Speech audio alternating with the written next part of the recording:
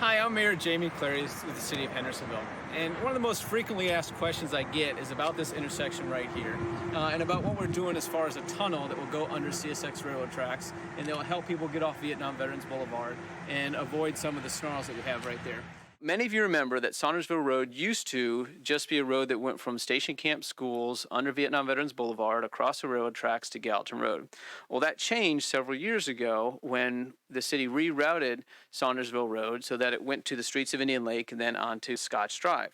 When city rerouted it, the remaining portion, that little stub that goes over the railroad tracks, that was renamed Winston Hills Parkway. When that change was made, the Tennessee Department of Transportation let the city know that crossing, that at-grade crossing going over the railroad tracks, had to be changed. The Tennessee Department of Transportation wanted something safer, something more efficient there, and the city of Hendersonville agreed to do that. That's been some time ago. And TDOT agreed to fund half of the design costs for that project, the tunnel, as well as half of the cost to buy the necessary property.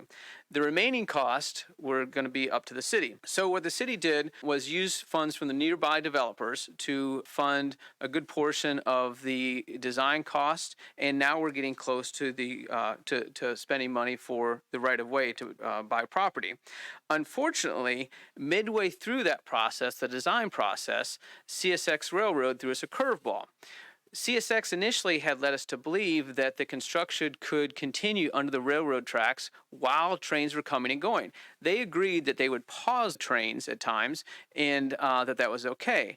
But after about 18 months of working on the design, CSX came back and said that that was not acceptable to them, that the project had to include a parallel railroad track during the construction phase.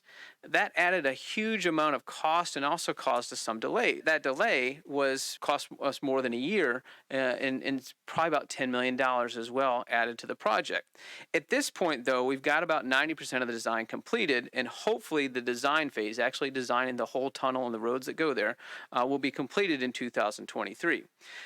The biggest hurdle is really the construction. At this point, we believe that the estimated cost for construction is approximately $28 million. And this is far beyond anything the city could do on our own. And that's just the construction cost. To give you an idea of how much $28 million is, our property tax revenue right now for the city is approximately $20 million. For us to pay an additional $28 million would mean that we'd have to increase taxes by about 125%. To help us with the cost, we have been applying for federal grants for the past several years. Just the application process costs us about $30,000 every time we go through that process. And we've been denied those grants every time that we've sought them. They're federal grants that would cover 100% of the cost, but we've been denied those. So we had continued to try until recently we decided that it was no longer made sense to go forward seeking those grants. We have had letters from senators, from congressmen, from local leaders, from residents that have gone with the applications, but what we found out was that the criteria for those federal grants have changed. And so we're not willing to go through the time and the cost of filing those applications anymore. So right now, to fund the construction, we're looking at state and possibly some county options because we know this is an important project for Hendersonville residents and we'll continue to do our best to find funding for us. We will have updates online. You can actually find a timeline of how everything has happened. That's online, and also some drawings of the tunnel, and you can find that on the city's website. That's hvtn.org. I feel confident that the design will be completed in 2023, and that's where most of the city's money has gone so far.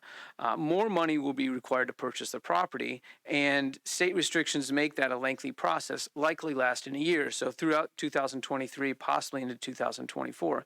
Meanwhile, though, to move as quickly as possible for the construction phase, I'm going to continue searching for construction money through the state and through the county, because I'd like to have funding in place to start construction as soon as we finish the design and the right-of-way acquisition phase. Thank you.